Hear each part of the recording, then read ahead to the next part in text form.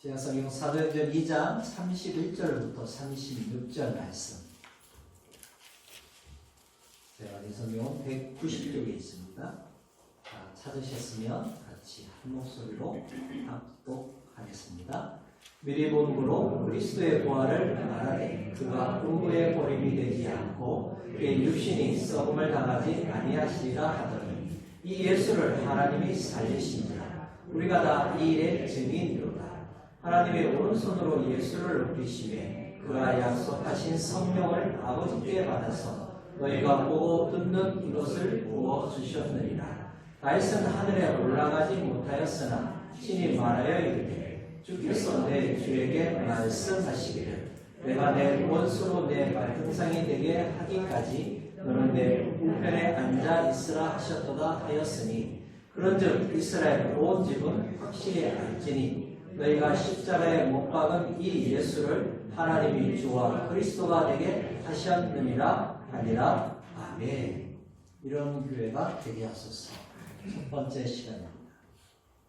여러분, 우리나라는 지역마다 교회들이 많이 있죠.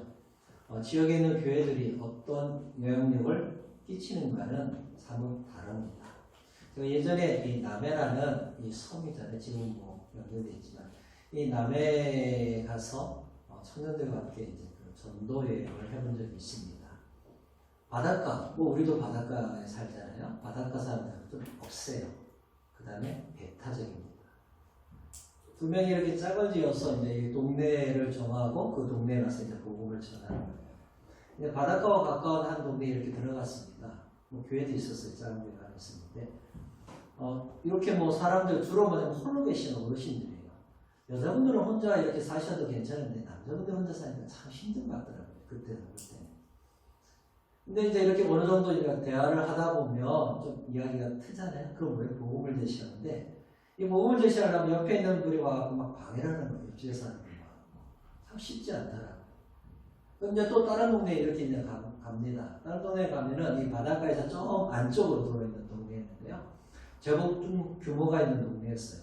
근데 그 동네에 갔더니 의외로 사람들이 쉽게 이 복음을 듣고 잘 듣는 거예요. 그래서 이 동네는 대체 왜 이렇게 잘 들을까? 그래서 제가 한번 그 동네 지형을 쫙 봤어요. 그랬더니 들어오는 입구에 언덕배기에 교회가 좀 규모가 있는 교회가 있고요. 그 다음에 동네 끝자락에 보니까 교회가 좀 규모 있는 교회가 있더라고요.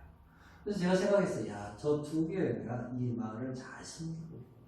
그래서 사람들이 의외로 예수 믿는 사람도 많고 또 복음에 대해서 쉽게 이렇게 받아들이는 모습을 우리가 보았습니다.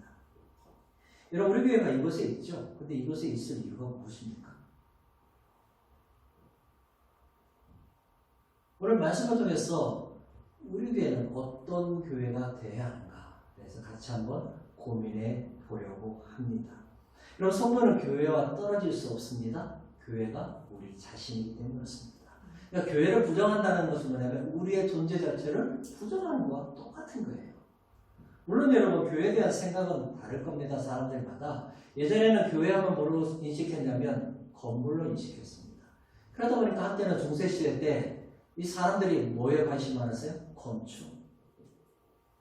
웅장하고 화려하게 짓는 것에 관심을 많이 기울였다는 거죠. 근데 여러분, 교회는 건물이 아닙니다. 예수 믿는 사람들이 모여서 예배드리는 곳이기 때문에 예배당이라고 하는 것이 정확한 표현입니다. 그럼 여러분, 이 예배당은 대체 뭐냐? 예수 믿는 사람들이 모여서 예배드리고 신앙의 삶을 하는 핵심 거처라는 것이에요. 그게 바로 예배당입니다.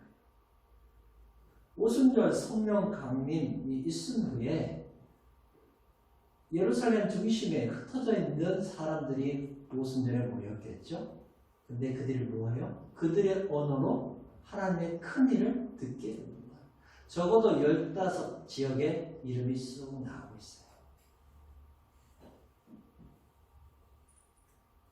어느 정도 사람들이 모였느냐? 절기 때 예루살렘에 주로 적게는 10만 이상이었어요. 어마어마한 사람들이 모였는데 그들은 뭐예요? 유대인이자 또 유대교로 개종한 사람들. 그러니까 디아스포라 유대인들과 유대교로 개종한 사람들이 모였다는 거예요. 그들이 어떤 언어를 사용했어요? 다 히브리어를 사용한 것이 아니라 그들이 사는 지역의 언어로서 사는 사람들은 많았다는 거예요. 근데 무슨 성령이 임하니까 뭐예요? 성령이 말하게 하심으로 그들의 언어로 하나님의 크신 일을 듣는 이런 놀라운 일들이 일어났습니다. 여러분 복음을 들을 때 사람들의 반응은 두 가지라 있습니다. 하나는 그것을 잘 받아들이는 사람이 있는 반면에 어떤 사람들은 뭐예요? 배척해요. 거부한다는 거죠. 오늘도 보니까 제자들이 방언을 하는데 남국 방언으로 방언을 하는데 술 취했다 이렇게 반응하는 사람들이 있잖아요. 이런 반응 후에 베드로가 앞서서 뭡니까? 오순절을 향하여서 긴 설교를 하고 있는 내용 가운데 오늘 본문이 들어가 있습니다. 베드로는 오순절 사건이 어떤 의미고 또 그런 어떤 성령의 역사가 무엇인가를 그들에게 설명해 주고 있습니다. 술 취한 것이 아니라 구약성경의 요엘 선지자를 통해서 약속하신 그 언약의 성취임을 그들에게 말해주고 있죠. 그러면서 오순절 성령 강림은 직접적으로 예수 그리스도의 십자가의 죽음과 부활 그리고 승천과 연관되어 있음을 그들에게 말해주고 있습니다. 이 모든 것이 하나님께서 구약성경에 이미 약속하신 대로 그대로 성취된 것이다. 그래서 구약성경을 인용하면서 그들에게 뭐예요? 설교하고 있어요. 오순절 성령 강림은 새 시대, 새 교회 모습이 어떤 모습이 되어야 하는가? 우리가 초대교회로 돌아가자, 초대교회로 돌아가자 이러는데 그럼 도대체 초대교회는 어떤 모습이었는가? 하나님이 성령을 부으심으로 교회는 이 땅에서 어떤 모습, 어떤 존재로 서 있어야 하는 것을 우리에게 가르쳐주고 있는데요. 우리가 3주간에 거쳐서 이런 교회 되게 하소서. 첫 번째, 복음 공동체가 되게 하소서. 우리 교회가 복음 공동체가 되기를 소망합니다. 삼위일체 하나님이 행하신 일이 나타나는 교회, 그런 교회로 우리가 세워져야 한다는 거죠. 첫 번째, 복음 공동체는 성부 하나님의 사역을 증거하는 교회입니다. 여러분 어떤 교회가 되어야 한다고 말했어요? 복음 공동체. 그럼 복음 공동체는 어떤 모습인가? 우리 31절, 32절 다시 한번 읽어보겠습니다. 미리 본고로 그리스도의 부활을 말하되 그가 음부에 버림이 되지 않고 그의 육신이 썩음을 당하지 아니하시리라 하더니 이 예수를 하나님이 살리시니라. 우리가 다 이 일의 증인이로다. 아멘. 복음, 우리가 복음 이렇게 많이 이야기하잖아요. 복음이 뭐예요?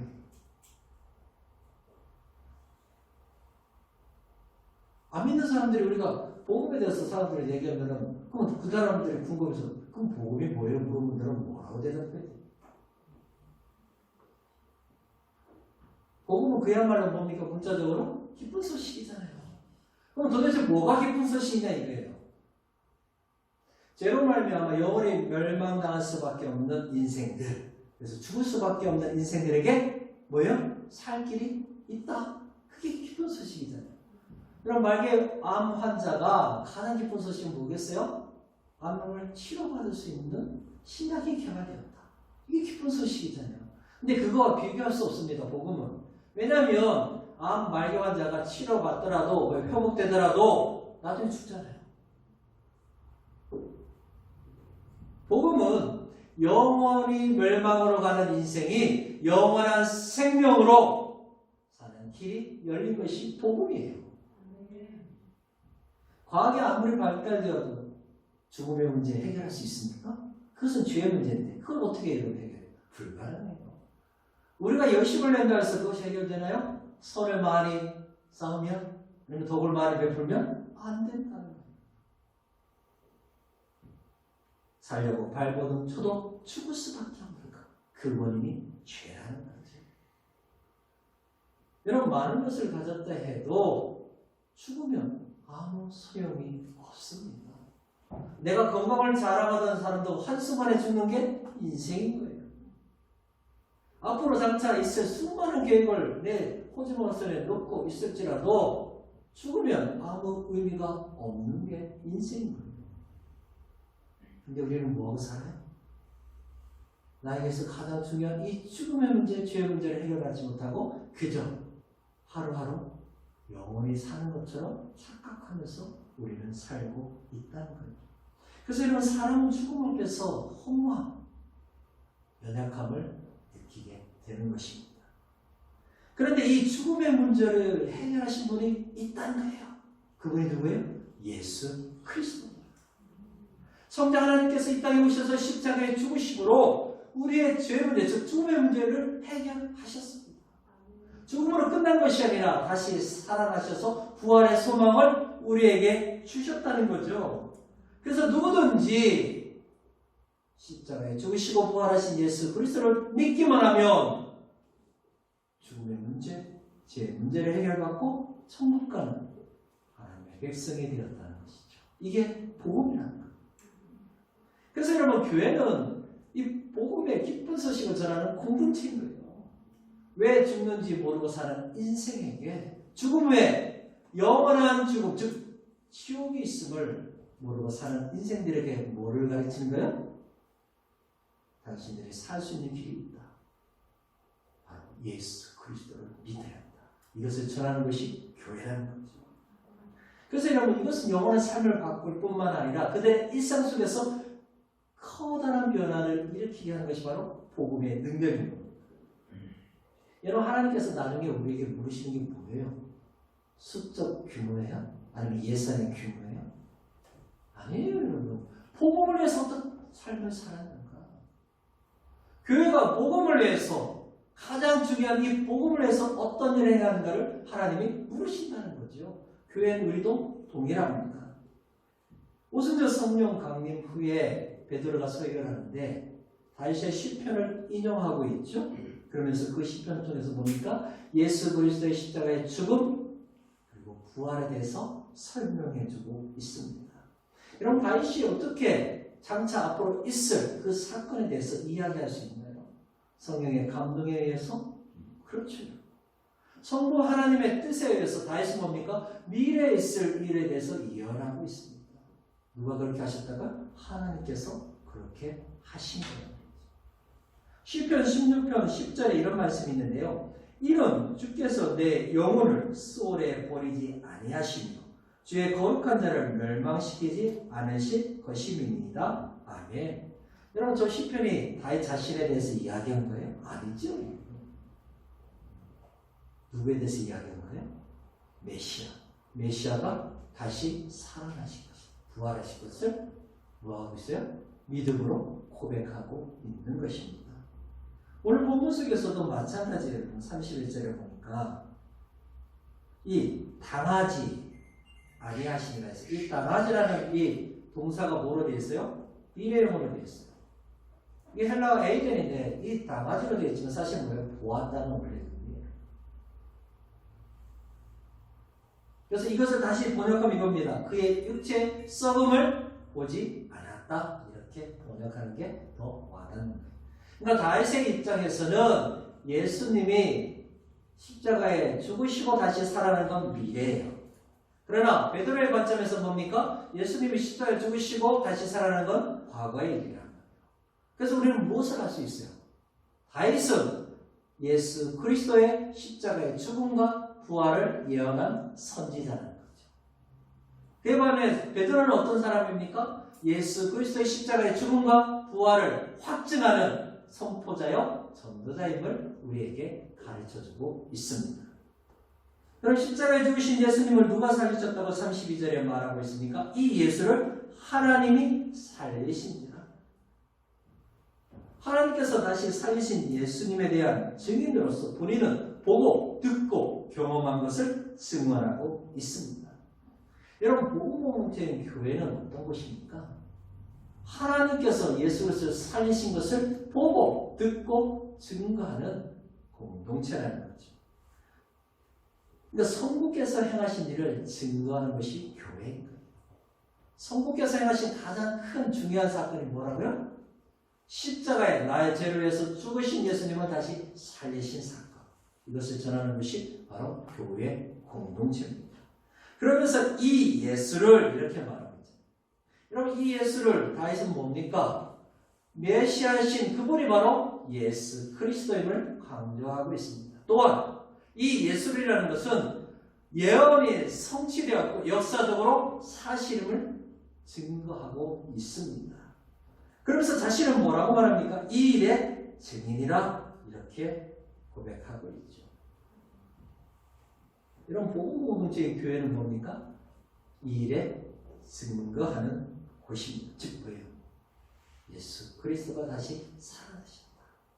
성부 하나님께서 당신의 뜻을 이루기 위해서 예수님을 이 땅에 보내주셨고 십자가에 피를 흘려 죽으셨는데 3일 만에 다시 살아나셨다. 누가 그렇게 하셨다고요? 성부 하나님께서.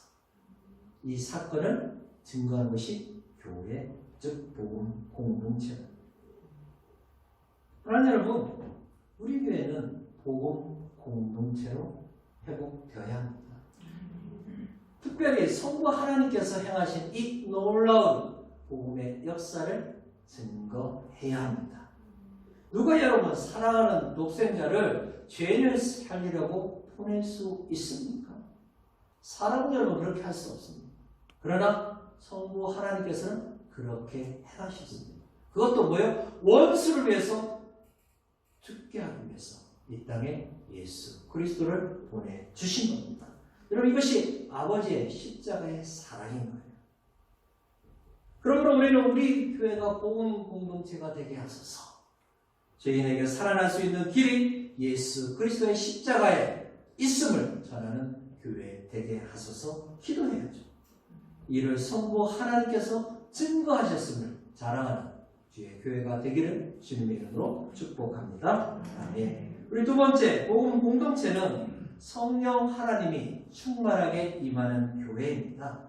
이런 복음 공동체인 교회는 어떤 모습이었는가? 33절 우리 다시 한번 읽어보겠습니다. 하나님이 오른손으로 예수를 높이시매 그가 약속하신 성령을 아버지께 받아서 너희가 보고 듣는 이것을 부어 주셨느니라. 아멘. 죽음의 권세가 예수 그리스도를 무덤에 가둬둘 수 없단 말이에요. 아버지께서 다시 살려주셨기 때문입니다. 근데 여러분 부활하신 예수님은 정확하게 어디에 계시죠? 사실 어제 그 가정예배에도 그게 나왔잖아요. 예수님은 도대체 어디에 계시냐? 어디에 계세요? 승천하셔서 하나님 보좌 우편에 계시다는 거예요. 이런 것이 아버지의 뜻대로 승천하신 거예요. 그러니까 예수님의 승천이야말로 오순절 성령 강림의 직접적인 원인이 된 사건이라는 거예요. 그래서 시편 118편 16절에 이렇게 말하고 있는 거예요. 여호와의 오른손이 높이 들렸으며 여호와의 오른손이 권능을 베푸시는도다. 아멘. 이 구절을 왜요? 인용하고 있는 거예요. 근데 하나님의 오른손이 높이 들렸으며 그러니까 오른손이를 하나님의 오른손 이게 대체 어떤 의미인가? 사실 두 가지로 쓰여 있습니다. 장소적 의미로 하나님의 우편에 높이시기 위해서 또 다른 의미는 수단의 의미로 하나님의 오른손으로 예수님을 높이셨다 이렇게 보고 있는데요. 사실은 후자가 더 맞는 해석입니다. 그럼 하나님의 오른손은 어떤 의미입니까? 권능이죠, 생명이죠, 구원을 상징합니다. 그분의 당신의 오른손으로 누구를요? 예수 그리스도를 높이셨다는 거예요. 근데 여러분 아버지로부터 성령을 받아 우리에게 부어주신 분은 어떤 분이에요? 하나님의 오른손으로 높임을 받으신 분이시라는 거죠. 여러분 오순절 성령 강림 사건은 뭡니까? 예수 그리스도가 아버지로부터 성령을 받아 우리에게 충만하게 부어주신 사건이라는 거예요. 그러니까 복음 공동체인 교회는 뭡니까? 성령으로 충만한 공동체라는 거죠. 요한복음 14장 26절에 예수님이 이렇게 약속하셨어요. 보혜사 곧 아버지께서 내 이름으로 보내실 성령 그가 너희에게 모든 것을 가르치고 내가 너희에게 말한 모든 것을 생각나게 하리라. 아멘. 그러니까 성령은 성부 하나님께서 나와서 성자 예수님을 통해서 우리에게 오신 거예요. 그러면 여러분 예수님이 성령의 피로서 성령을 받으신 거예요? 아니죠 여러분. 누구를 위해서? 우리를 위해서. 우리를 위해서 아버지로부터 성령을 받아 우리에게 부어주신 거예요. 근데 여러분 성령을 받는 것은 추상적인 게 아니에요 여러분. 33절 하반절에 뭐라고 말하고 있어요? 너희가 보고 듣는 이것을 부어주셨느니라. 구체적이라는 거예요. 바람처럼 불의 혀처럼 급하고 강한 소리와 눈으로 보는 것처럼 성령은 우리에게 오셨다는 거죠. 그래서 여러분 새 방언인 남곡 방언을 통해서 뭔 일이 일어나는 거예요? 바벨탑 사건을 통해서 흩어졌던 인류가 다시 뭡니까? 하나로 묶어지는 역사가 이루어진 거예요. 성령의 부어주심으로 말미암아 충만함으로 말미암아 뭡니까? 언어의 장벽이 무너졌다는 거죠. 근데 여러분 부어주심은 한두 방울 똑똑 떨어지는 거예요? 아니잖아요. 소나기처럼 흠뻑 모든 사람에게 쏟아지는 거란 말이에요. 목마른 사람 없습니다. 성령 하나님은 그렇게 우리에게 오신 거예요. 한 곳에 모인 120명 분도가 한 마음이 되어서 기도에 집중했을 때 성령이 뭡니까? 그렇게 부어주셨다는 거예요. 복음 공동체인 교회는 뭐하고요? 성령이 충만한 곳이다. 여러분 교회가 복음 공동체로 서주려면 성령의 충만함을 입어야 가능한 겁니다. 그것은 우리의 제자들의 삶을 통해서 할 수 있어요. 이런 겟세마네 동산에서 예수님이 체포됐을 때 제자들은 뭐예요? 나 살려고 다 도망갔잖아요. 오늘 오순절을 길게 설교했는 이 베드로는 어떤 사람이었어요? 예수님이 보는 앞에서도 뭡니까? 3번 부인하잖아요. 마지막에는 어떻게 부인해요? 저주하면서 예수님 부인합니다. 죽기까지 예수님 끝까지 따라가겠다고 맹세했던 그 맹세가 다 허망해질 정도로 연약한 모습을 우리가 보게 되죠. 심지어 예수님이 다시 살아나셨던 부활의 소식을 얘들로부터 들었어요. 또 직접 보내드리고 갔어요. 근데 뭐하고 있어요? 두려움에 떨고 숨어 있잖아요. 자신들의 생명을 위해서 불안에 떨고 있는 그들의 찾아오신 부활하신 예수님의 첫 번째 말이 뭐예요? 너희에게 평강이 있을지어다. 아무리 다짐하고 맹세를 하더라도 여러분 성령이 충만하게 임하지 않으면 도저히 복음을 해서 살 수 없는 거예요. 담대해질 수 없다는 거죠. 위협과 권세 앞에 뭡니까? 당당하게 맞서서 설 수가 없습니다. 여러분 커다란 세력 앞에 험난 풍파 앞에 뭐예요? 두려워 떨 수밖에 없는 존재라는 거죠.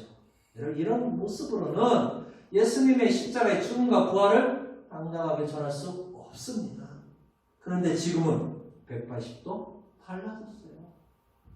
무엇이 여러분 이들을 이렇게 만든 겁니까? 50일 전에 그들과 지금 50일 지난 후에 이들이 서로 다른 사람이에요? 아니죠. 똑같은 사람입니다. 근데 어떻게 달라졌는가? 살려고 피하고 숨어있는 이들이 지금은 예수님을 전하고 있다는 거예요. 무엇이 이들을 이렇게 만들었습니까? 오순절 성령의 강림이 답이라는 거죠. 그것이 아닌 것은 도대체 뭡니까? 말할 수 없다는 거예요. 성령을 받으니까 이들이 뭐예요? 달라진 거예요. 이젠 죽인다 협박해도 뭡니까? 예수를 전하고 있는 사람으로 바뀌어졌다는 거죠. 그래서 우리도 성령의 충만함을 입어야 하는 것입니다. 사랑하는 여러분, 칼과 총의 위협 앞에서도 예수 전할 수 있는 비결이 어디 있습니까? 예수 부인하면 살려줄게 회유하더라도 옆에서 나의 가족이 나의 동역자가 피를 흘리고 팔이 잘려든 심지어 내장이 흘러나오는 그 모습을 보고더라도 죽음을 두려워하지 않고 예수 믿으라고 전할 수 있는 비결이 어디에 있냐? 바로 성령을 받았기 때문에 가능한 겁니다. 여러분 예수 믿으라고 누가 여러분 그거 전한다고 돈 줘요? 뭐 극렬하게 환영하고 박수 쳐줍니까? 아니에요. 그래도 여러분 예수 전하는 이유가 뭡니까? 성령이 말하게 하심을 통해서 그들은 복음을 전하고 있는 것입니다. 그러면 여러분 복음 공동체 우리 교회는 성령으로 충만해야만이 담대하게 예수 그리스도를 전할 수 있는 것입니다. 성령으로 충만하지 않으면 복음을 위한 삶을 온전하게 살 수 없습니다. 복음의 영은 성령께서 충만히 임하여서 주님이 다시 오는 그날까지 복음을 전하는 공동체 되기를 주님의 이름으로 축복합니다. 아멘. 우리 마지막으로 복음 공동체는 성자 하나님이신 예수 그리스도만 높이는 교회입니다. 복음 공동체가 어떤 모습으로 회복되어야 하는가? 34절부터 36절 우리 다시 한번 읽어보겠습니다. 다윗은 하늘에 올라가지 못하였으나 신이 말하여 이르되 주께서 내 주에게 말씀하시니 내가 내 원수로 내 발등상이 되게 하기까지 너는 내 우편에 앉아 있으라 하셨도다 하였으니 그런즉 이스라엘 온 집은 확실히 알지니 너희가 십자가에 못 박은 이 예수를 하나님이 주와 그리스도가 되게 하셨느니라 하니라. 아멘. 그럼 교회 주인은 누굽니까? 여러분이에요. 예수 그리스도입니다. 그러면 여러분의 주인은 누굽니까? 그것도 예수 그리스도입니다. 성도는 내 마음대로 내 생각대로 사는 인생이 아닙니다. 내가 예수를 믿는다는 것은, 그래서 그리스도인이 됐다는 것은 하나님의 뜻에 따라 순종하며 결단하며 사는 것이 성도의 모습이죠. 제가 예전에 세미나 이렇게 참석했는데요. 저 밑에 지방의 광역시에서 오는 목사님과 같은 방에 이렇게 있게 됐어요. 뭐 이런저런 얘기하다 보니까 한 권사님을 그분도 알고 있더라고요. 그러면서 당신이 섬기고 있는, 그분이 섬기고 있는 교회에 담임 목회자가 없다는 거죠. 아니 그래서 왜 그런 일이 있습니까? 했더니 이 목사님과 장로들이 서로 싸웠대요. 그러다가 그 목사님이 교회를 떠나게 됐다. 근데 그 다음에 이어진 말에 아주 기가 막힌 이야기를 들었습니다. 장로님 가운데 어떤 한 분이 그 목사님한테 이렇게 물었대요. 목사님, 교회 주인이 누구예요? 목사님 기가 막혔어. 아니 교회 주인은 예수 그리스도 아닙니까? 그랬더니 정색을 하면서 딱 주보를 이렇게 보여주더라고요. 목사님 보십시오. 이 주보에 뭐라고 되어 있습니까? 대한예수교 장로회. 대한예수교 장로회를 했으니까 장로가 주인이잖아요. 이렇게 말을 하더라는 거예요. 제가 그 말을 듣는 순간 얼마나 기가 막혔는지. 신앙의 ABC를 모르는 건가? 알면서도 저렇게 반응을 하는 건가? 만약에 그분이 그런 사고를 가지고 있다면 다른 사람들은 어떻게 볼까? 여러분, 오늘 부활하고 승천하신 예수님을 하나님 아버지께서 어떻게 하셨다고 베드로가 말하고 있나요? 시편 110편 1절이죠. 여호와께서 내 주께 말씀하시기를 내가 내 원수들로 내 발판이 되게 하기까지 너는 내 오른쪽에 앉아 있으라 하셨도다. 아멘. 여러분, 이 시편은 뭔 시편이에요? 왕의 즉위식을 나타냅니다. 신전 정치에서 왕이 어떤 역할을 하는가, 얼마나 중요한가를 우리에게 이야기해 주고 있습니다. 여러분, 그렇다면 저게 다윗을 향한 시편이에요? 아니죠. 누구예요? 메시아를 향한 시편. 메시아의 부활에 대해서, 그리고 승천하신 예수님이 어디에 계셔서 무엇을 하고 있는가 우리에게 가르쳐주고 있는 시편이에요. 그래서 중요한 시편이에요. 여러분, 저 시편은 우리에게 무엇을 말하고 있습니까? 우리가 어느 시대에 살고 있는 거예요? 승천하신 예수님과 심판하시기 위해서 원수들의 발판, 즉 발등상 위에 계신 그 중간에 우리가 살고 있다는 거죠.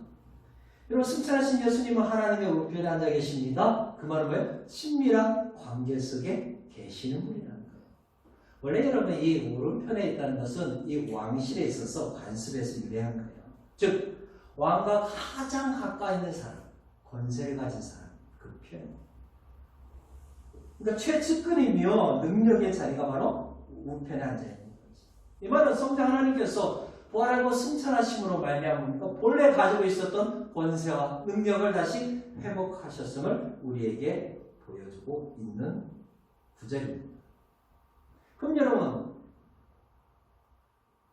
하나님 보좌 우편에 계신 예수님은 언제까지 그곳에 계시냐는 이렇게 말했잖아요. 내가 내 원수로 내 발등상이 되게 하기까지. 여러분, 발등상은 뭐예요? 오늘 구절에 발등상 나왔잖아요. 35절에. 원래 왕족과 귀족들이 의자에 앉으면 발을 딱 뭡니까? 올려놓는 도구가 발등상이에요. 이건 어떤 표현이라고 예전에 말씀드렸어요. 그리스도께서 원수, 즉 사단의 권세를 눌러 이기는 것을 의미한다고 했습니다. 예수님이 십자가에 죽으시고 부활하심으로 사단의 권세는 완전히 깨트려졌죠. 그래서 다윗은 메시아가 원수를 이기시고 온전한 만물을 다스리고 계신다는 것을 우리에게 증거하고 있습니다. 여러분, 바울도 빌립보서 2장 10절과 11절에서 뭐라고 말하고 있습니까? 하늘에 있는 자들과 땅에 있는 자들과 땅 아래에 있는 자들로 모든 무릎을 예수의 이름에 꿇게 하시고 모든 입으로 예수 그리스도를 주라 시인하여 하나님 아버지께 영광을 돌리게 하셨느니라. 아멘. 가장 낮은 자리인 십자가에 계신 예수님을 하나님 아버지께서 가장 높은 곳으로 세워주셨다는 거죠. 그래서 베드로는 그분이 바로 예수 그리스도라 이렇게 고백하고 있습니다. 그렇다면 그분을 너희가 어떻게 대우해야 하는가는 분명함을 베드로는 그들에게 말하고 있습니다. 그래서 36절에 이스라엘 온 집은 하나님의 백성이라는 너희들은 어떤 일을 해야 합니까? 너희가 십자가에 못 박은 이 예수를 너희들은 친히 예수님을 십자가에 못 박은 집행자임을 직설적으로 표현하고 있습니다. 하지만 성도께서는 이 예수를 어떻게 하셨다고요? 주와 그리스도가 되게 하셨다. 너희 유대인들아, 너희들은 예수님을 신성모독죄로 죽였지만 하나님 아버지께서는 그 예수님을 다시 살리셔서 주와 그리스도가 되게 하셨다고 고백하고 있는 것이죠. 여러분, 복음 공동체인 교회는 그래서 뭡니까? 예수 그리스도를 주와 그리스도로 높이는 곳입니다. 여러분, 사람을 높이는 것이 아닙니다. 나를 알리고 나를 인정해달라고 외치는 것이 교회가 아니라는 거예요. 예수님은 성부 하나님의 뜻을 이루시기 위해서 높임을 받으셨고 주인으로서 섬김을 받는 곳이 바로 주의 교회인 겁니다. 사랑하는 여러분, 복음 공동체가 되어야 할 교회는 주인이 예수 그리스도입니다. 여러분, 사람을 높이고 자라는 것이 교회가 아닙니다. 주님은 생명의 주요, 만왕의 왕이요, 만주의 주이신 예수 그리스도입니다. 오직 주만 높이고 섬기는 주의 교회가 되기를 주님의 이름으로 축복합니다. 아멘. 말씀을 맺겠습니다. 오순절 성령 강림은 교회가 어떤 모습으로 이 땅에 서 있어야 하는가를 우리에게 보여주고 있습니다. 삼위일체 하나님께서 구원을 위해서 어떤 일을 행하셨는가를 증거하는 것이 교회입니다.